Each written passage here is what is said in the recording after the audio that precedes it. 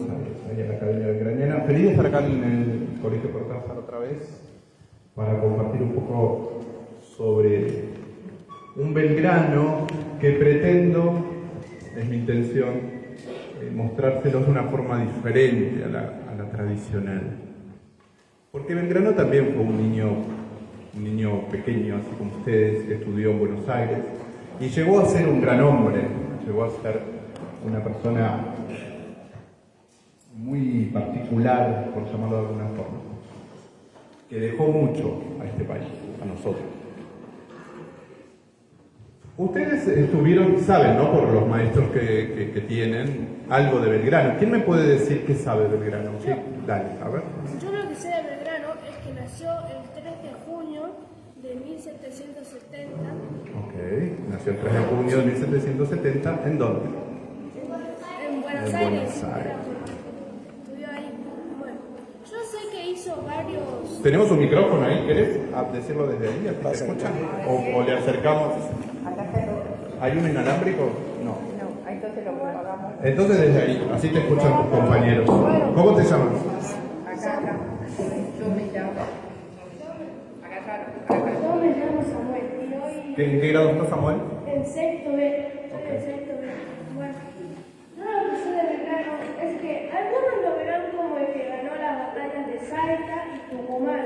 Otros como un gran maestro que creó escuelas públicas. Y otros también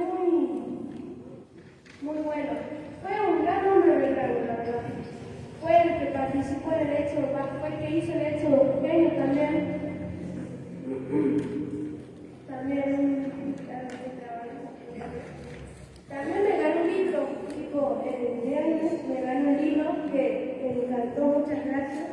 ¿Vos te ganaste un libro? Sí. Ah, bien. Me gané un libro y lo pude leer muy bien. Me impresionó muchas cosas que leí sobre él. Bien. Como por ejemplo, ¿sabías que el papá de Sarmiento sí, de Sarmiento, no tuvo un trabajo fijo, pero quitar su voz y tuvo el cargo de Belgrano. Fue impresionante. Muy bien, bueno, gracias. Vamos a nombrarlo académico.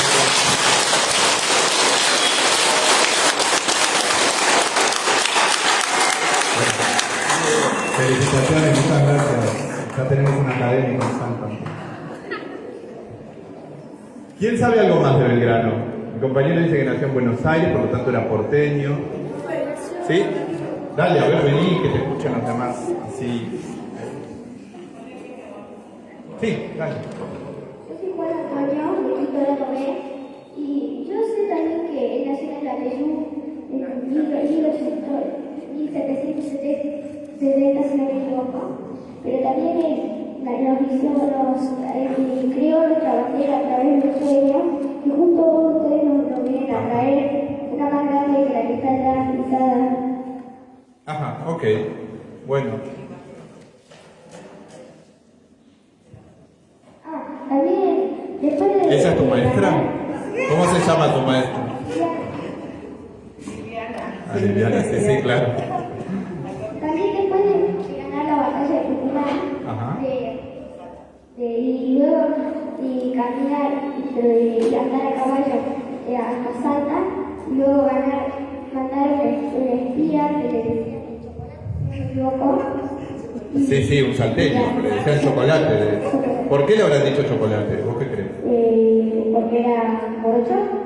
Claro. Bueno, hay chocolate blanco también, pero no está especificado. Bueno, claro. ¿Alguien más por acá? ¿Quién sabe lo de Belgrano que me pueda ilustrar a mí que no sé? Dale, a ver, ven. Tenemos la participación femenina y vengan los dos. ¿Ah? ¿En qué grado están?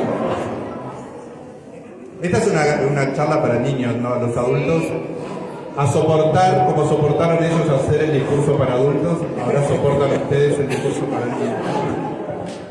Yo sé de libros. Quinto, Sí. dale. Bueno, ¿y qué saben de Belgrano? Tuvo 16 hijos. Él tuvo 15 hermanos, ¿eso decís? Pues estás hablando de Belgrano padre. ¿Qué? Sí. Belgrano tuvo 2, Manuel. Estudió porque tenía de profesión era político, abogado militar, periodista y... Muy bien. Sí. Bueno, lo que yo sé es que nació en 1770 y que vivió durante 50 años.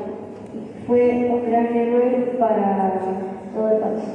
Muy bien. Perfecto.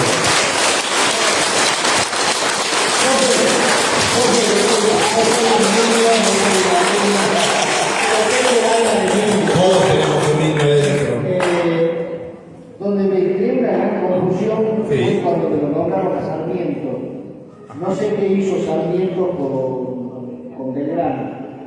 Y es la historia que me gusta, porque me gusta mucho enterarme del pasillo, que es de la mejor forma que aprendemos la historia. Claro. Y después también otra preguntita que te quiero dejar, que ayer fue una frase que dijo que era de Belgrano, que me llegó mucho. Si me la puede después repetir, lo de las papas. Ah, bien. Se la puedo hacer llegar porque es un texto que le pertenece al propio Belgrano. Solamente leí textualmente uno de sus escritos. El discurso de ayer va a ser publicado en la Gaceta Belgraniana, así que lo puedan tener completamente. Y de Sarmiento, para no confundir un poco a los chicos, vamos a dedicarnos más a Belgrano, pero podríamos decir que son ambos o padre e hijo de la educación, ¿no? Porque antes de que se consagre a Sarmiento como padre del aula, saben el canto, ¿no? Sarmiento inmortal. ¿Cómo es? ¿Cómo es el himno de Sarmiento? ¿Lo saben? ¿Quién lo canta? ¿Quién lo sabe? Bueno, padre del aula, Sarmiento inmortal. Bueno, a Sarmiento, para simplificar, le han dado el patronazgo de la educación, pero el verdadero padre de la educación es Belgrano, en realidad. Es él el que habla de una instrucción gratuita, por ejemplo, y que se enseña a los hombres, a las mujeres, a los niños y a las niñas. Y él bregaba, como dije ayer, para que las mamás educaran a sus hijos en ese eslabón, en esa cadena que se transmite de generación en generación, porque los primigenios, los principales profesores que uno tiene en la vida son sus padres, en todo. También en aristas sociales, como Belgrano podríamos también decir que fue el padre del ceremonial argentino. Él les enseñaba educación a su tropa, formas, modales, manera de relacionarse con los demás, hasta como lo comenté ayer en los bailes, de que tuvieran esa sociabilización tan necesaria. Y para nosotros Belgrano es el verdadero padre de la educación, sin sacarle ningún mérito a Sarmiento, ¿no? Pero si uno lo pone cronológicamente, Belgrano ya habló mucho tiempo antes de la defensa de los derechos de los pueblos originarios, de la igualdad del hombre y la mujer, de acceder a una capacitación y de confiar en las mamás, en las mujeres, las nuevas generaciones, las futuras generaciones. Así que ahí podemos encontrar una línea entre Sarmiento y Belgrano. Obviamente que Sarmiento se suma mucho tiempo después, tiene políticamente criterios muy diferentes, porque obviamente era unitario y otras aristas que van a venir colateralmente con el paso del tiempo, cuando ya era una Argentina nación concreta y no en la gestación, que es el tiempo que le tocó a Belgrano. Belgrano muere, como bien dijo uno de ustedes, a los 50 años de edad, o sea que ya vivió muy poco, si se quiere, pero vean ustedes cuánto se puede hacer en poco tiempo. Hay gente que vive 100 años y no hace nada, y hay gente que vive muy poco tiempo y es muy rico en la intensidad, en la forma en que lleva su vida. Bueno, les quiero mostrar algunas imágenes porque esto necesita mi asistente, está compenetrada en el PowerPoint. ¿Puede pasar uno, profe? Bueno, ¿saben cómo nació Belgrano? Obviamente que esta es la Buenos Aires de los tiempos en que nació Belgrano. ¿Alguien fue a Buenos Aires? Bueno, ¿les gusta? Sí. Bueno, ¿y qué ven de Buenos Aires? ¿Qué vieron que les gustó? Bueno, fueron a la costa a ver Punta Marina. Pero de la capital, donde está el obelisco, vieron el Cabildo de Buenos Aires, esa parte. ¿Qué tiene de lindo Buenos Aires? ¿Es igual a Salta? No, es inmenso. Es inmenso, como bien dicen acá, y es muy grande. Buenos Aires, la gran aldea, en la época en que nace Belgrano, era muy parecido a este pequeño dibujo que ustedes tienen ahí ilustrándolo. Era algo muy relegado, muy dejado de lado por parte de la monarquía, de parte del Reino de España. Y podríamos decir que no había muchos edificios que se destacaran, solamente algunos que tenían que ver con lugares de administración pública, como un cabildo. No había grandes rascacielos, obviamente, y una de las casas más importantes era la casa de los Belgrano. Pasamos otra. Él nace en su casa. Ustedes son muy chiquitos, pero hoy si alguien va a ser mamá, una señora va a ser mamá, va a un hospital, y los tuvo ustedes, y tuvo un hermanito en un hospital. En aquel entonces no. Existía lo que se llamaba un protomedicato. Había como la asistencia en los hogares, y Belgrano nace en su propia casa, una casa que es la más... Seguramente los adultos habrán visto otras casas de Belgrano, porque hay confusiones en cómo era el edificio de la casa de Belgrano. Los últimos estudios llevan a que la casa de Belgrano, como la ven acá, era muy importante, de 2 plantas, algo que era para ciertas familias de Buenos Aires, no todas, claro, las que tenían, como bien dice acá, una compañera en un gesto, tenían un dinero para mantener este tipo de edificios. Una casa muy bonita. Lamentablemente, ¿qué hicieron los porteños? La tiraron abajo, no quedó nada de esa casa. Lamentablemente no existe más, pero los arquitectos en los últimos estudios han encontrado planos y demás de lo que era la casa de los Belgrano. Belgrano tuvo 15 hermanos, de los cuales algunos murieron muy jóvenes, muy niños. ¿Alguien sabe cómo se llamaban los papás de Belgrano? Sí saben los nombres de los papás de ustedes, ¿no? ¿Cómo se llamaban? Diga.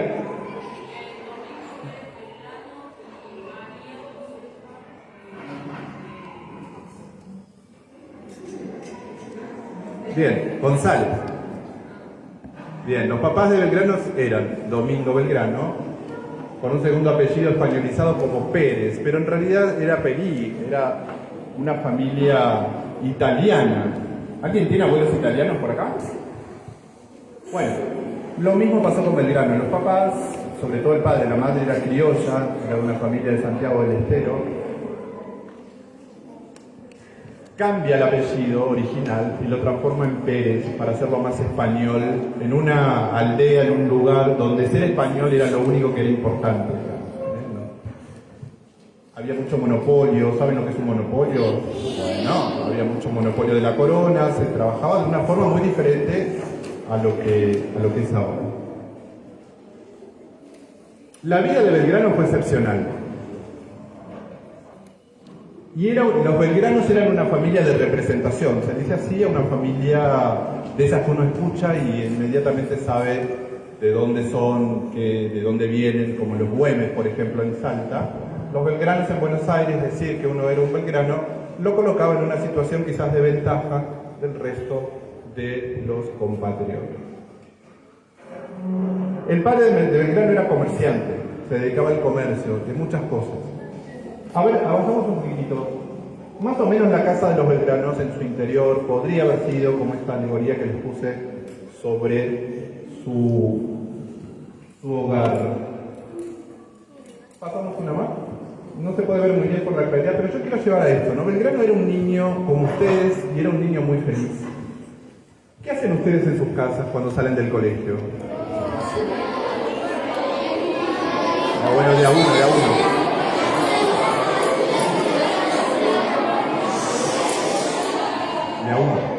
Bueno, a ver vos. Yo llego a mi casa y hago mi tarea y también me gusta hacer manualidades. Bien, manualidades, esa es tarea. ¿Alguien duerme en la siesta?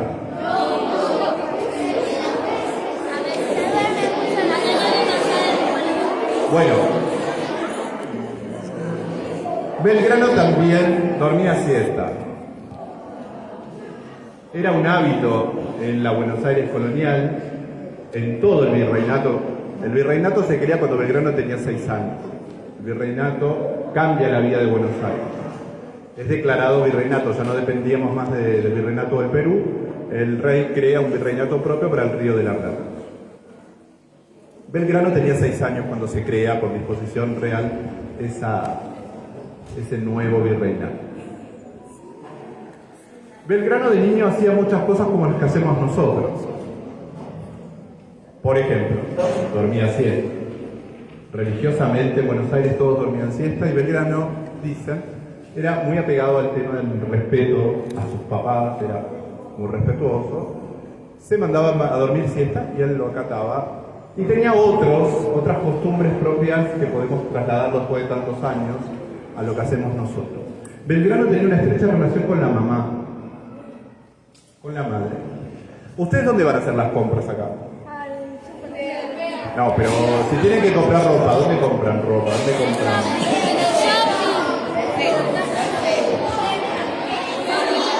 ¿Por dónde? Bueno, a ver, ¿no? ¿Algunos van al shopping? Bueno, en Buenos Aires también había un shopping en aquel tiempo. No como el que podemos ver ahora, que uno va y paga con un sistema, con el teléfono, va y paga. Sino que Belgrano se iba con sus hermanos y con su mamá a la Recoba de Buenos Aires. ¿Saben lo que es la Recoba? A ver si hay una imagen de la Recoba. No hay, no la pusieron. Solía ir, él vivía en una calle, en una arteria principal de la ciudad de Buenos Aires. Si alguien fue y visitó el convento de Santo Domingo, de donde viene la bandera que ustedes tienen aquí ahora en custodia. La calle de donde vivía Belgrano era una de las arterias principales y cruzaba, ahora se llama Avenida Belgrano, pero cruzaba la calle Defensa, lo que ahora es la calle Defensa, antiguamente se llamaba la calle Real, esa se llamaba la Boca del Riachuelo. ¿De Boca del Riachuelo qué viene? ¿Alguien es de Boca acá? Bueno, lo lamento. Los que son de Boca, sepan que Boca es por la Boca del Riachuelo. Esa calle de la esquina de la Casa de los Belgrano, uno caminaba en la época de la colonia y llegaba hasta la Boca del Riachuelo. Después vino el club, Y Belgrano, en esa arteria principal de una ciudad chiquitita, no la Buenos Aires que conocemos ahora, iba de compras con su mamá y sus hermanos. Tenía una muy estrecha relación con la mamá, con la madre, como la que tenemos nosotros con nuestra mamá. La madre de Belgrano, que era de familia de Santiago, que conocía muy bien lo que era la parte criolla, es la que le brinda a Belgrano todo el amor y el conocimiento a la tierra de su familia materna. Belgrano Pérez, el papá, había venido en un barco, tenía otros conceptos, había estado en Cádiz, había en España, había pasado de Italia, tenía otra conformación y lo que conocía de lo que después fue la Argentina era lo que pasaba solamente en Buenos Aires. Si bien era un hábil comerciante, ¿alguien tiene un papá comerciante por acá? ¿Que tiene un negocio que vende cosas? Bueno, Belgrano padre compraba y vendía desde telas hasta ganado y un sinfín de otras cosas que le dio a la familia un estándar de vida muy alto.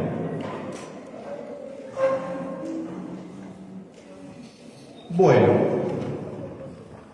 de la mamá Belgrano aprende la importancia que tiene la mujer en la vida familiar y en la vida social.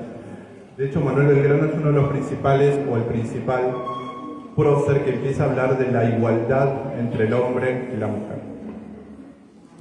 Ahora está muy de moda todo este tipo de comentarios, pero ustedes tienen que remontarse hacia el inicio del 1800, del siglo XIX, que era como muy impensado hablar de que la mujer tenía que estudiar. ¿Cómo se estudiaba en la época de Belgrano? Los varones iban al colegio y las mujeres se quedaban en la casa. Sí, ¿qué estudiaban las mujeres en las casas? Como lo básico, tipo lo básico para después enseñar a los hijos, los quehaceres de la casa. Todos saben leer y escribir acá. Sí. Bueno, en aquel entonces no todo el pueblo sabía leer y escribir. las letras estaban como muy reservadas a ciertos ámbitos, digamos, a ciertas personas.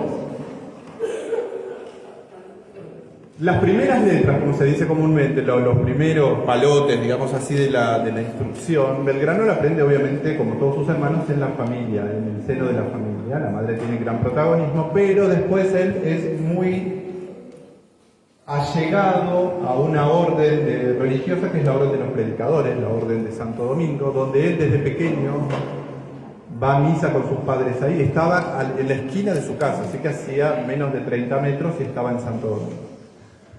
Son los padres dominicos, porque los religiosos son los que van a enseñar. No había escuelas públicas como esta. De hecho, Belgrano luego, como bien dijo el compañero, con ese dinero que le da el Estado, bien, esos 40.000 pesos, etcétera, va a fundar o va a querer que se funden escuelas que tardaron muchísimo tiempo en fundarse. Sí, algunas muy tardíamente. Y Belgrano además, con su mamá, además de ir a ver ropas, novedades, yo ayer dije, hoy salió en el diario, yo no pensé que iba a hacer todo lo que dije, pero dije que Belgrano era un dandy. Sí, Belgrano era una persona que le gustaba vivir bien, además del sacrificio que enfrentó por la independencia y las privaciones que tuvo, pero en su tiempo, cuando lo pudo hacer, vestía muy elegantemente. Era una persona que cuidaba su aspecto físico, su vida social. Era pegado a los modales, a ser cordial, a ser cortés, a tener esta consideración, esta obsequiosidad para con los demás. Y por lo tanto el tema de la moda era un tema que le interesaba mucho. Como quizás ustedes ahora podrían estar preocupados con lo que se usa, con lo que se dice y demás. Bueno, Belgrano también lo hacía en el tiempo de adolescente, digamos así, hasta que en algún momento, luego de hacer las primeras letras en el convento, pasa a uno de los colegios más renombrados que tenía el virreinato, que por ahí eso sí debe haber una foto. Bueno, esta es la relación con la madre, ¿no? Yo creo que ahí dice: Manuel Belgrano promovía un rol diferente y activo para las mujeres. Debían ser educadas para saber educar a sus hijos y participar de la vida pública. ¿Qué es participar de la vida pública? ¿Qué creen que es participar de la vida pública? Sí, inmiscuirse en las cuestiones propias de la sociedad, donde se determinan algunas cosas. Y en la organización nacional, reconoció su capacidad heroica, llegando a nombrar capitanas en sus ejércitos, como fueron María Remedios del Valle, Juana Zurduy y Martina Silva de Burruchaga. Hay algunos escritos que dicen que Belgrano no incorporó mujeres en el ejército, pero sí lo hizo. Y lo hizo complacido. Vean ustedes, es como si yo les dijese: ahora vamos a combatir y les doy armas a las mujeres y las pongo al frente de batalla. Una profesión que estuvo siempre reservada a los hombres. Hoy por hoy no lo es, por suerte. Y en aquel entonces también Belgrano es pionero de la inclusión de la mujer en la vida social, en todos los ámbitos, y en uno de los ámbitos más peligrosos que se podría tener en aquella época, que era estar en frente de batalla o auxiliando a las tropas en batalla. Bueno, hay indicios que Belgrano era un hombre comprometido desde temprana edad, lo que les hablo de la mamá, lo del rol de la mujer, y también Belgrano fue el pionero de la defensa de la naturaleza en Argentina. ¿Cómo creen ustedes que él empieza a tener contacto con la naturaleza? Él vivía en una aldea como Buenos Aires. ¿Qué creen que podría haber hecho Belgrano para empezar a entender y hasta llevar después a escribir sobre la agricultura? ¿Qué no se encontrar al fondo de tu casa? ¿Qué me decís? Como que no se encontrar tipo la naturaleza de su casa y atrás tenía como una especie de campito, algo así. Pero que este niño es un prodigio. Sí, perfecto. Él empieza a hacer una huerta en su casa. ¿Quién es el maestro de ese niño? Perfecto. Así es el primer contacto de Belgrano con la naturaleza. En la casa de los Belgranos, atrás tenían una huerta y él empieza a tomar contacto con lo que es la vida vegetal ahí. como si hiciésemos una germinación de un poroto y empezamos a entender un poquito el misterio de la vida vegetal y demás. Él también lo hizo desde muy niño y lo lleva a Belgrano a ponerlo como uno de los defensores de lo que sería ahora, bueno, todo el movimiento ecológico y demás. Belgrano amó la naturaleza desde sus primeros años, aprendiendo en el fondo de su casa, de manos de sus mayores, el cultivo de los castaños y de otros frutos, árboles y demás, en la quinta que tenían en su propia casa, en esa casa que vieron el dibujo al inicio. Bueno, esta es la recoba, este es el mercado donde iba Belgrano, como cuando ustedes van al shopping. ¿Bien? Es esto, una recoba dividía la Plaza de Mayo. Alguien estuvo en la Plaza de Mayo cuando fue a Buenos Aires, porque estaba dividida la plaza en dos y pasaba por el medio una especie de arco donde se podían los bandoleros, que era la forma en que se llamaba a los comerciantes de aquel entonces. Ahí encontraba ropa, las novedades que venían de Europa. Ustedes ahora están todo el tiempo con Instagram, están con Facebook, están en las redes, ven la moda. Antes no se podía hacer eso, así que él iba ahí. Imagínense que la moda de Buenos Aires llegaba con un delay bastante grande, porque hasta que llegaba la tendencia de moda y demás, lleva la confusión. Por ejemplo, la principal confusión que se tiene muchas veces es la moda de 1810. La moda de 1810 no tiene Meriñaque. El Meriñaque en el Río de la Plata se incorpora en 1830. Así que las damas antiguas de la época de El Pueblo Quiere Saber y de la Plaza de Mayo no tenían una estructura en el vestido que viene mucho tiempo después. Hay un desfase como de 30 o 40 años. Bueno, ¿de qué otra forma se divertía Belgrano? Esta es Santo Domingo, esa es la iglesia de la esquina. De esa iglesia, que todavía está muy parecida a esta, está la bandera, fue colocada la bandera que está aquí durante 30 días, como bien dijeron ayer. Bueno, esta es la procesión de la Virgen de Nuestra Señora del Rosario. Era la Virgen a la cual Belgrano había consagrado su vida, a la cual le dedica los trofeos de batalla y a la que rezaba permanentemente en toda su niñez, en toda su adolescencia y después en la etapa adulta. A ver, pasamos a ver qué más ilustramos con qué. Bueno, el tema de los estudios de Belgrano. Pero antes de eso, ¿ustedes van a la cancha? Bueno, ¿de qué cuadros son de acá de Salta? Juventud. ¿Cuántos hay de juventud acá? ¿Y el otro equipo cuál? Central Norte. ¿Central Norte? ¿Y hay algo más? No. Central Norte. Gimnasia. Ah, son varios. Bueno. En aquel entonces no se podía ir a la cancha porque el fútbol se incorpora mucho tiempo después. El soccer, que es un juego británico, que después... Ahora vamos a ir a un campeonato. ¿Vamos a ganar el campeonato? Sí, ¿no? Sí. Bueno. ¿Cómo se divertía la gente? No había mucha cosa para hacer en la aldea de Buenos Aires. Entonces iba a la corrida de toros. Quizás no les guste el tema del animal, del toro, pero Belgrano asistía con sus padres a las corridas de toros. La última corrida, el lugar donde se efectuaba corrida de toros o plaza de toros, era lo que ahora es Retiro. ¿Bien? Cerca de donde está la Plaza San Martín, todo eso era en aquel Buenos Aires una de las últimas plazas de toro, que viene de una costumbre española y que por suerte en toda Latinoamérica, Argentina o nuestro país fue uno de los primeros en eliminar esa costumbre, de las cuales quedan algunas otras por ahí dando vueltas con riña de gallos, alguna otra cosa que anda por ahí, de entretenimientos de aquel entonces. Bueno, Belgrano también iba. Las corridas de toros se suprimen en Buenos Aires en 1819, así que durante el tiempo que era niño y joven iba con sus padres a ver corridas de toros, una forma de divertirse, de encontrar esparcimiento, que no había mucho más que, como pasa todavía en algunos lugares, no sé si en Salta, de la vuelta al perro.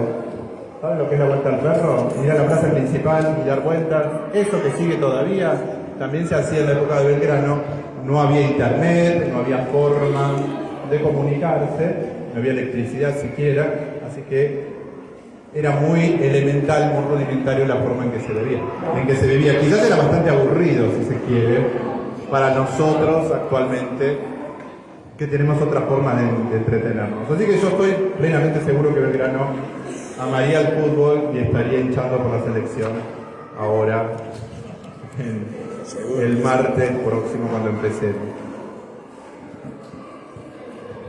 Bueno, ¿qué más se hacía en Buenos Aires? Porque lo que quiero es que podamos comparar lo que hacemos nosotros con lo que hacía Belgrano.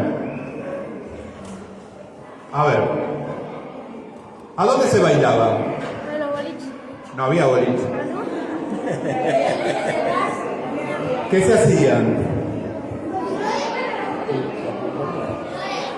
Bueno, la pulpería no, porque la pulpería, el concepto de aquel entonces estaba dividido en las ciudades y lo que hacía la campaña. Lo que hacía el gauchaje era una cosa diferente a lo que hacían. De hecho, la condición que se bailó ayer y otras danzas estaban adaptadas a la vida social, a salones sociales. Quizás en Europa se bailaba mucho más nueve y vals y demás. Aquí se hacían bailes tradicionales folclóricos nuestros, como la condición, que era la preferida del Belgrano, que se bailó ayer y vieron el ejemplo de lo que era. Que si ustedes lo ven, es un baile muy delicado, con mucho gesto, muy gestual, con pañuelos en la mano. No es para que lo haga quizás el gaucho que estaba en otra tarea, en otra instancia, así que bailaban de una manera más tranquila, pero no podían ir a un boliche porque no existía. Se hacían tertulias, se hacían reuniones sociales en las casas. Una de las principales tertulias de Buenos Aires la tenía la familia Sánchez de Thompson, ¿sí? Mariquita Sánchez de Thompson, donde dicen que ahí se entonó el himno por primera vez, ¿saben? El himno 1803, y demás, la canción patriótica. Eran unas reuniones que se podían hacer en casa para sociabilizar, que era el primer punto, encontrarse con otros y hacer mucha política. ¿Dónde creen que se hacía política en la época de Belgrano? No, bueno, sí, decisiones se tomaban en lugares públicos como el Cabildo, pero se cocinaban las cuestiones en los cafés. Había lugares donde se encontraban y había dos cafés que eran de los más conocidos. Ahora les digo el nombre correcto de ambos para no perder el hilo. Uno se llamaba el Café de Pedro de Marco. El Café de Marco reunía a una fracción de la sociedad que eran las que apoyaban al rey. Después estaban otros cafés, como el Café de los Catalanes, que agrupaban los revolucionarios. ¿Bien? ¿Qué era ser un revolucionario?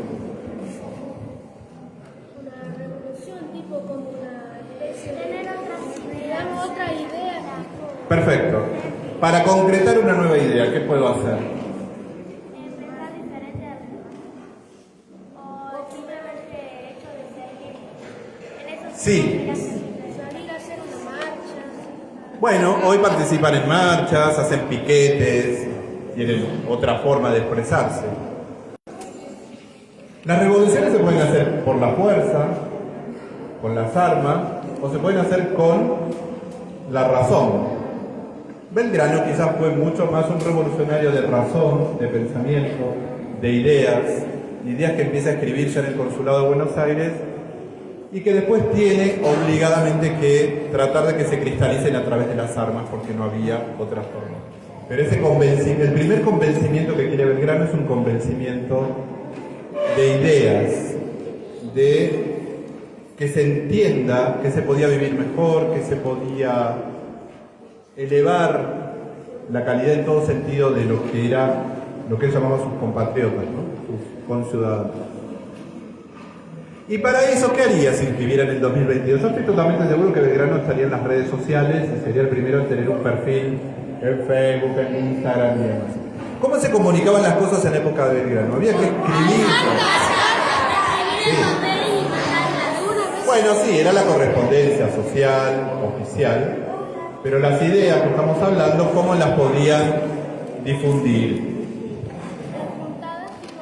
Tendrían que escribir algo como el Tribuno, un diario, un periódico. Además se podrían hacer panfletos, ¿no? Pero la idea que se hicieron, pero la idea con elegancia se transmitía a través de los periódicos. Y Belgrano es el padre del periodismo argentino también, porque él funda un periódico Bien, el correo de comercio. Bueno, información. La información es lo que vale, es lo que comunica las ideas. Si yo tengo las ideas pero no las puedo comunicar, no voy a convencer a nadie. La forma en que tenían en aquel entonces era a través de los escritos. ¿Cuándo nace la vocación de Belgrano? ¿Ustedes ya saben qué van a hacer cuando sean grandes? Sí. ¿Qué van a hacer? Ingeniero.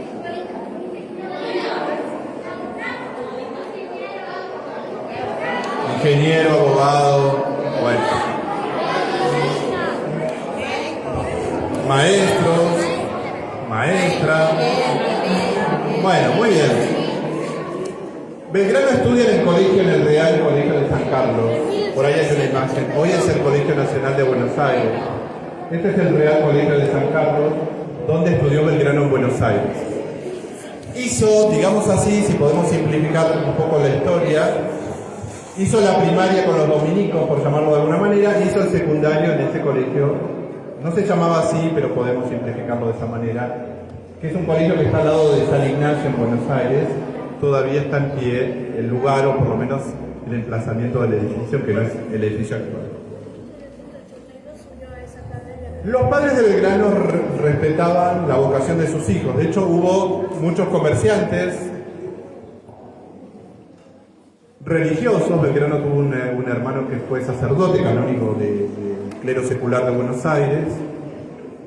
Y él no tiene la vocación primero de estudiar Derecho. El padre lo envía a perfeccionar los estudios a España para estudiar comercio inicialmente, para perfeccionar la forma de vida de la familia, que era el comercio. Pero después él va a virar, va a pasar por dos universidades, por Salamanca y Valladolid, y va a terminar siendo bachiller en letras.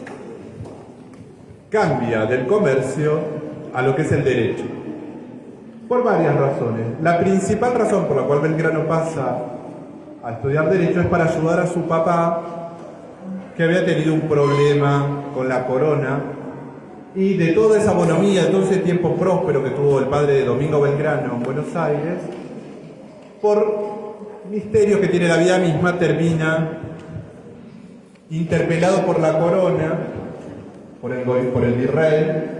Se le hace un juicio, y ese juicio se debatía en España. Él, como nos podría pasar a nosotros si sabemos que uno de nuestros padres está acusado injustamente, es querer ayudar a una causa que era muy lenta de resolver. Eso trajo mucha penuria a la familia, un desgaste, y ahí es cuando Belgrano se vuelca por el derecho y termina ayudando directamente en España, no desde Buenos Aires, la causa del Papa, que termina resuelta de una manera positiva, termina absuelto de lo que se lo acusaba. Ustedes saben que las acusaciones muchas veces son infundadas, a veces son infundadas, son rencillas, son picardías, son formas de detener a alguien que es muy pujante. Entonces la mejor forma es ponerle alguna piedra. Se le hicieron al Papa y él termina comprometiéndose. De hecho, hay muchas cartas que mantiene con la madre en Buenos Aires sobre cómo va el juicio del padre en España, porque esas cuestiones las resolvía solo el rey, no se podía hacer de otra manera. El virrey sería como el gobernador de Salta, ¿no? Y el rey sería como el presidente de la República, para tener una idea más o menos actual. Entonces él tiene que viajar, después de haber estudiado en el Colegio San Carlos, estudió filosofía y estudió latín, cosa que le permitió ingresar a documentos en una lengua compleja, no difícil, pero erudita, y por lo tanto sus estudios en filosofía y en latín le abrieron muchas puertas del entendimiento para las bibliotecas y los documentos que encontró en una Europa que había cambiado mucho después de la Revolución Francesa, y había una ilustración y había otros conceptos que se manejaban socialmente en aquel entonces. Bueno, sin querer abrumarnos con toda esta parte, Belgrano se encuentra con una realidad. ¿Saben a qué edad se recibe Belgrano de bachiller? ¿Ustedes ya saben a qué edad se van a recibir?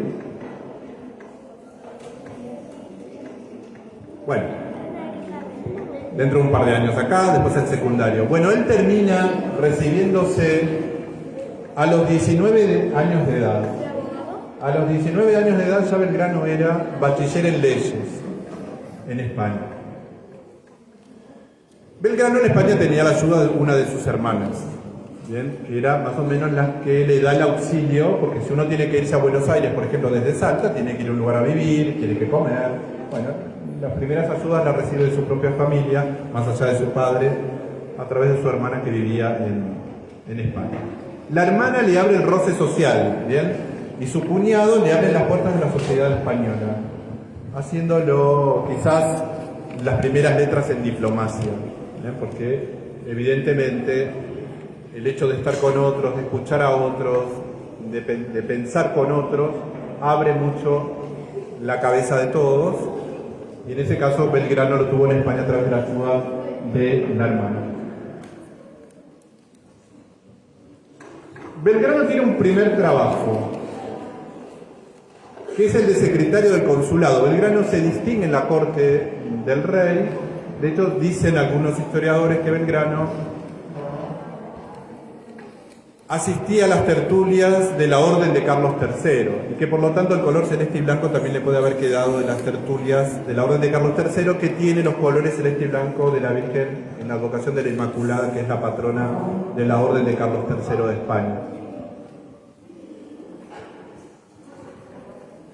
Vean ustedes, un porteñito de una familia respetada en Buenos Aires viaja a España, donde era un desconocido, y el rey lo nombra con un cargo público en Buenos Aires. Evidentemente Belgrano no era alguien que podía pasar desapercibido o ignorado. Era una persona influyente que se destacó a tal punto de tener su primer trabajo a los 24 años de edad. Belgrano viene a Buenos Aires ya con un cargo político, un cargo de acción, ya no de ideas y de propósitos que tenía en su cabecita, como un ideal, queriendo transmitir, queriendo cambiar lo que pasaba en esta parte del mundo, y ya viene con un cargo de acción. Cuando uno tiene un cargo de acción puede hacer maravillas, o quizás no puede hacer nada si se llama a uno de los principales males que él criticaba, que era la holgazanería, el hecho de no hacer nada y de estar muy ociosos improductivamente. Belgrano entonces tiene un primer trabajo a una edad. Espero que ustedes a los 24 años también puedan lograr ya un trabajo como, no sé si tan importante o quizás más, pero la idea del trabajo siempre es importante para el desarrollo personal. A los 24 años entonces es secretario del consulado. Lo nombra el rey. Belgrano en ese entonces, estamos hablando de 1798, como secretario del consulado, redactó, escribió lo que podríamos llamar el primer bosquejo o proyecto de enseñanza estatal gratuita y obligatoria. Bueno, ahí lo dice claramente, ahuyentar los vicios. Esa es una frase propia del general Belgrano. Sí, lo podremos traer al 2022 y volver a aplicar todo lo que el general dijo en aquel momento, el doctor Belgrano, en parte de su enseñanza. Y él es fundador de varias cosas. Una, por ejemplo, es la Escuela de Náutica, y otra es la Academia de Geometría y Dibujo. ¿Por qué se estudia geometría y dibujo? Porque era la forma de representar. Yo entiendo que si Belgrano estuviera en este tiempo con nosotros, les mandaría a estudiar diseño gráfico y les mandaría a estudiar computación a todos, porque era la herramienta de aquel entonces, cómo se podía manejar la arquitectura, la perspectiva y demás. Bueno, Belgrano, además de concurrir a las tertulias, era un gran bailarín. ¿Todos bailan acá?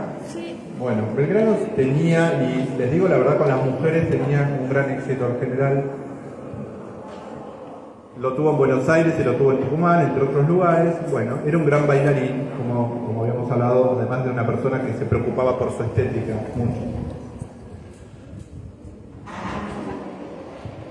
A ver qué más tenemos ahí. Bueno, él empieza el amor a su patria y a su gente. Él Un chico bien, por llamarlo de alguna manera simple, una persona que no tenía premios económicos, que podía haber estado paseando por París. No, él pensaba siempre en su patria y pensaba en cómo ayudar a los compatriotas que vivían una situación muy penosa. Él participa en toda la emancipación, no vamos a ir mucho a la historia porque es hasta quizás un poco tediosa, pero quiero que recuerden un concepto. La palabra vecino, ustedes tienen muchos vecinos, ¿no? Bueno, en la época virreinal, el término vecino se reservaba solamente a las familias de influencia de la sociedad. En 1810, unas 450 y algo de personas fueron invitadas a esas decisiones políticas que después nosotros vemos representadas en aguateros, en cosas, pero no era exactamente eso lo que era el pueblo para aquel entonces, o lo que era el vecino. Bueno, Belgrano está en todo el proceso, ya saben que Belgrano participa desde las invasiones inglesas hasta consulaciones inglesas, primera junta, etcétera, etcétera, por ser una persona capaz, influyente, con una personalidad meritoria. Siempre debemos entender al hombre y sus circunstancias, como decía Gasset. Belgrano llega a ser militar, no porque él hubiese querido ser militar desde su temprana edad, sino porque la situación obliga a tomar las armas para la revolución. Bueno, leemos un poquito acá. Tras el triunfo de la batalla de Salta, la Asamblea del año 13 premió a los jefes a los soldados en sus jaloconos y obsequió a Belgrano un sable, etcétera, hasta que se produce la construcción de las escuelas Que se construyeron en un semáforo en Jujuy en 2004. Muy bien, ahí tienen las fechas. Vean ustedes, Tarija y demás, todo mucho tiempo después de lo que el general había pedido que se construyera. Bueno, esto es para los docentes, después se los paso. Belgrano tenía amigos, uno de los principales amigos que tenía. Si bien ¿ustedes con sus amigos se llevan siempre bien? Bueno, no, a veces uno tiene diferencia. Belgrano también la tuvo con algunos, también la tuvo con Güemes, pero era uno de sus amigos, igual que San Martín. Fueron grandes amigos. Y Belgrano, el amor a su tierra, a su gente, lo impulsan a ser político, a comprometerse con la política, a comprometerse en la vida militar, que es una nueva arista de su personalidad, a la cual él vio necesario apelar. Se hace diplomático también para negociar por el bien de estas tierras. Belgrano es un gran educador, tiene ideales, es padre de la libertad de América y ha dejado muchos legados y ejemplos de vida. El más palpable es la bandera nacional. La bandera que crea Belgrano seguramente era muy parecida a esta del dibujo. Era blanca y celeste, no era la que nosotros vemos ahora en el mástil, seguramente. Porque él escribe que la manda a ser blanca y celeste conforme a los colores de la escarapela. Y esta es la bandera supuestamente que Belgrano crea. ¿En qué año crea la bandera Belgrano? En 1812. Muy bien, en 1812. Después lo retan. Y esa bandera se oficializa recién en 1816, pasó un tiempo. Esa es la bandera nacional. A ver si aprendemos algo hoy que les puede quedar. Belgrano crea una bandera con sol o sin sol. Sin sol. Belgrano no le puso sol. Después de que falleció Belgrano, recién las mujeres que cargaron, recién le pusieron de vuelta el celeste. Como para homenaje a Belgrano. Bueno, puede ser. Después que falleció Belgrano, le volvieron a poner. Sí. Bueno, Belgrano fallece en 1820, un poquito olvidado, después se dan cuenta de que falleció un gran hombre y vienen los honores, pero el sol se lo colocan en 1818. Bueno, este es el gran legado de Belgrano, porque cada vez que vemos el celeste y blanco de la bandera nacional, recordamos a Belgrano, a todo lo que dio por la patria y a todo lo que quiso hacer por esta tierra. Ese es el último elemento. Bueno, sí, esto ya es más para los grandes. Belgrano crea otra bandera también, que es la de la libertad civil. Él insiste con la libertad civil del pueblo y es la bandera de Jujuy. Esa bandera, como ustedes ven, tiene un gorrito que simboliza la libertad y tiene una mascapaicha. ¿Saben lo que es la mascapaicha? Ese pompón que cae, que no está en el original de la Asamblea del año 13, que después es el escudo nacional, es una de los indicios de que Belgrano quería devolver a los pueblos originarios, porque esa es el distintivo, digamos así, de la autoridad del Inca. La mascapaicha solo la usaba el Inca, el jefe del pueblo Inca. Bueno, ahí lo pone en Jujuy, pasa muy desapercibido. Yo se lo quise agrandar para que vean que ese pompón liga Belgrano con el derecho de gobierno de los pueblos originarios, como él pretendía que se devolviese la soberanía a los pueblos originarios a quien España se le había arrebatado. Un proyecto que no llegó a concretarse, pero él, sutilmente, como era Belgrano, deja hasta el día de hoy en esa bandera de la libertad civil plasmado la mascapaicha de los incas. Bueno, esta es la bandera de Belgrano. Y creo que estamos no mucho más que eso, ¿verdad? Bueno, preguntas, algo que quieran que yo les cuente.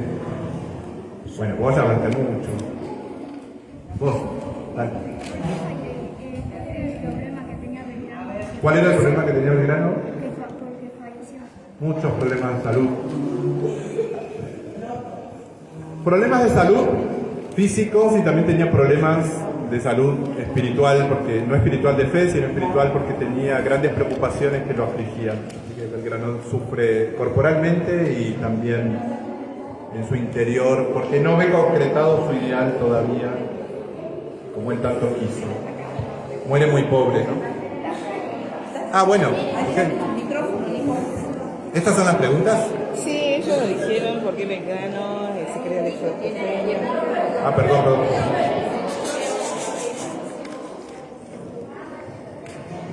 Esta sí no está. Ahí Nico también tiene una pregunta. A ver. Todas esas vamos a ver. Esas preguntas si quieren para que la... Bueno, esta de por... Para usted también.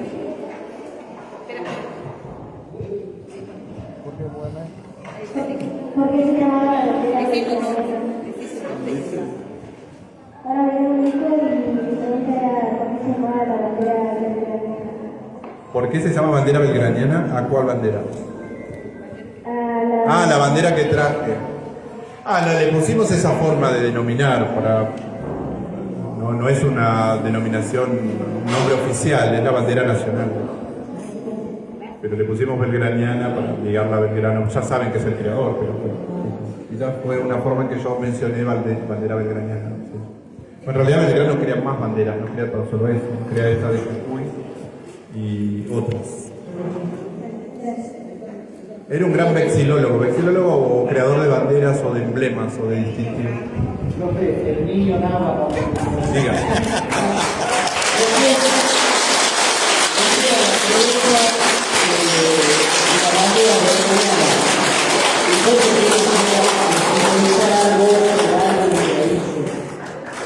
No sé si usted sabe que esta escuela tiene la bandera marinera. Sí. Y no es que sea la bandera de Malvinas, es como usted recién lo dijo, es una forma de identificar una norma más de lo que puede ser nuestra bandera, con todo el respeto que se merece, y que tiene en su moño una conmemoración dada por los veteranos de guerra. Por eso es que es la bandera malvinera. Podría ser un gran ejemplo, como para decir a los chicos, la bandera belgraniana. Sí, una simplificación, a veces uno apela a esos recursos, pero para distinguirla, diferenciarla.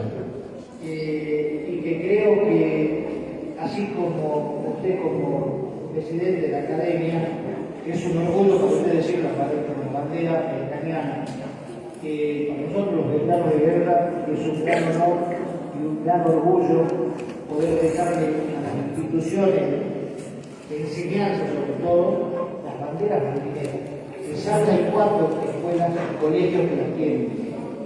Y realmente son 4 instituciones que nos devuelven día a día algo nuevo por la fiesta. O sea, que es la semilla de esa que se tiró, sí, sí. Y que tenemos unos jardineros espectaculares en los correos que todos los días llegan. Y hay veteranos que venimos cantando y no somos recibidos de una forma de diciendo hay niños veteranos, no. Nos reciben como si fuéramos parte de su familia. fuéramos algo de ellos, y realmente es lo que nos llena de orgullo saber que estamos, nos encantaría que siga quedando como el legado de Belgrano, como usted dijo, tarde, pero se acordaron, como pasó lo mismo con la gente de Malvinas, tarde, pero gracias a Dios la pudimos encontrar los veteranos, luchando, peleando, y que el día de mañana ellos sigan sabiendo por qué hay una cosa en su bandera que tiene algo de Malvinas. No llegamos a la altura de lo que es Belgrano, pero sí estamos, pienso, dejándole algo a los chicos, que por lo menos le dejamos la curiosidad. ¿Qué es lo que está colgando la bandera? ¿Por qué la tienen? Era esa la misión y la función que teníamos de hacer una condecoración. Pero llega un momento en que entramos en la decida de las autoridades y no le dan bolilla al tema ese.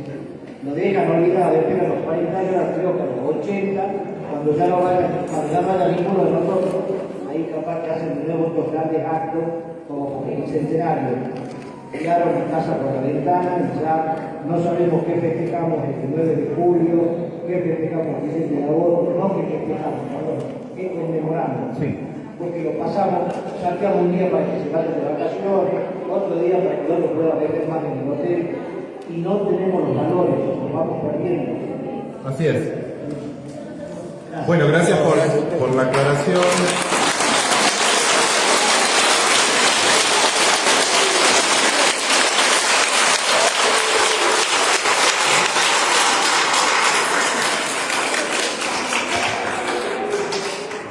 Bueno, preguntas hay un montón de estas que están acá, supongo que tendrán otras.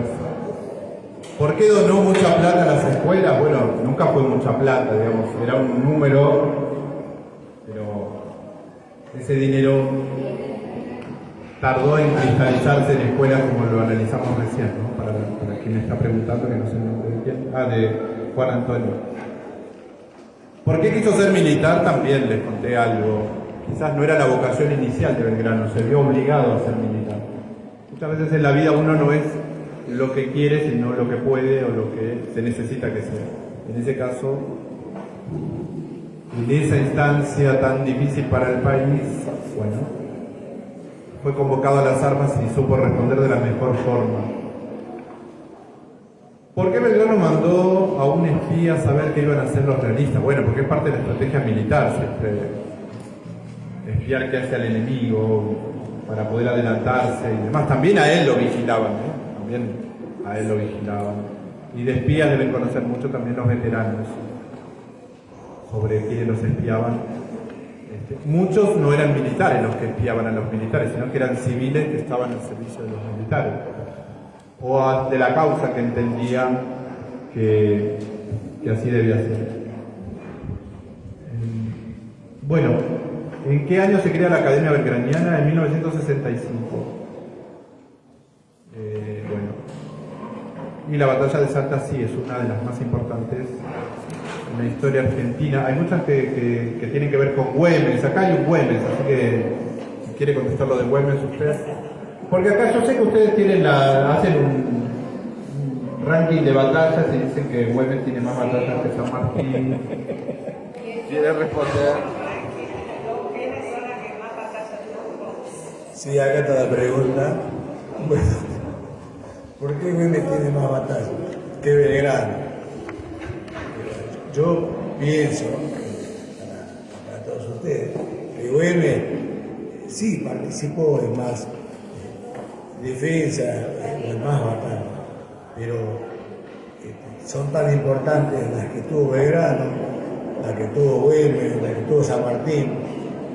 Cada una de ellas es tan importante como la otra, por más que uno haya tenido una, dos o tres más. Así que considero que todos los héroes que tenemos, todos los que defendieron, como San Martín, Belgrano, Güemes, Sarmiento, cada uno tuvo su parte, desde el lugar como hacemos nosotros. Cada uno de nosotros tiene una parte desde que nos toca defender o hacer algo por lo que creemos. Simplemente eso. Sí. A ver, un partido de fútbol, ¿se gana con cuántos goles?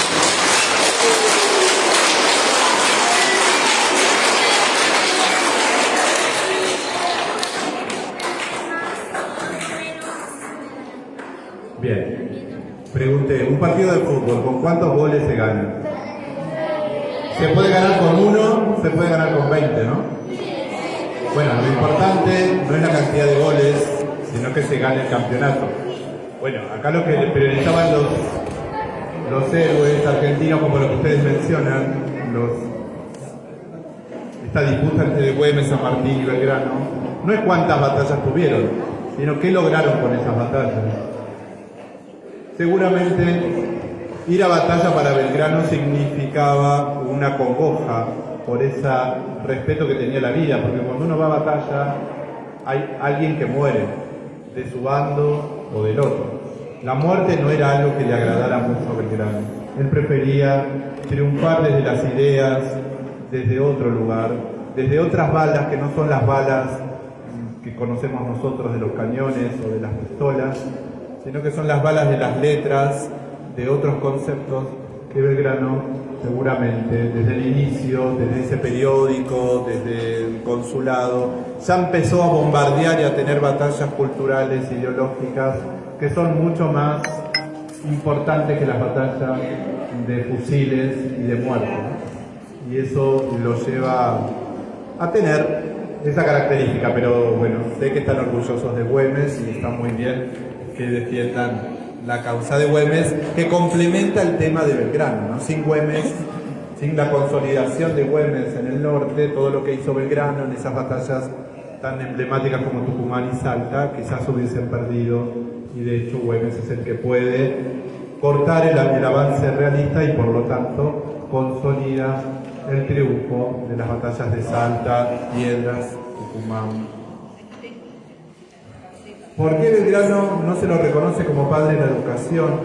Bueno, es muy delicado el tema porque para mí lo es. También para mí Belgrano es el padre de la patria. No porque no tenga mérito San Martín, sino porque Belgrano es el único que está en todo el proceso. San Martín viene mucho tiempo después, cuando ya muchos había conseguido. Lo consolida.